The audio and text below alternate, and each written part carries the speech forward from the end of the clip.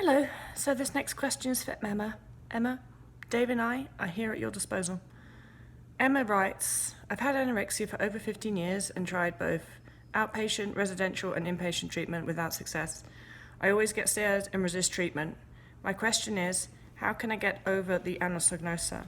My BMI is, I'm not going to say that. I rationally know I'm underweight, but every time I try to recover, my brain convinces me it's not that bad. I'm not really ill and I don't need to gain weight. It's been such a roadblock to me. Well, the thing is when you become aware of something, you don't really have an excuse to allow it to trip you up. I know that sounds really harsh, but it's also true. You're aware of this anosognosia. You're aware that your brain does these things.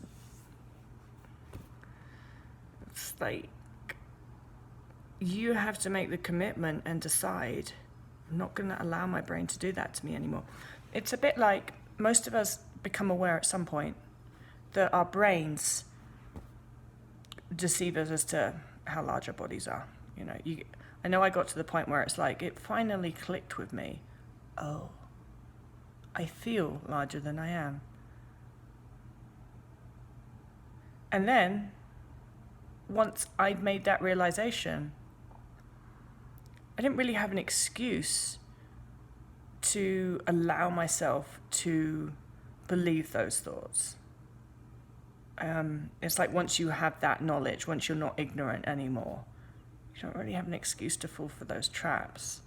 So, Emma, the way that you overcome anosognosia is by making the decision to not listen to those thoughts. Like, you can probably identify what those thoughts feel like. If you sit there and you just think about, okay, so what does it feel like when I start to have those thoughts that I'm not really underweight? What does it feel like when I start to have those thoughts that I don't need to recover anymore? When my brain convinces me that it's not that bad?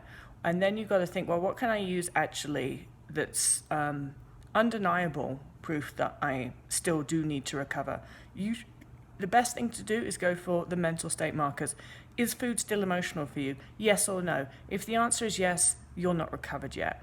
If you still have an emotional reaction to somebody walking into a room and offering you a sandwich, you are not recovered yet. Does food occupy a lot of space in your brain? Yes or no? If the answer is yes, you're not yet recovered yet. So just go through the mental state markers that prove to yourself that you're absolutely pretty fucked up still.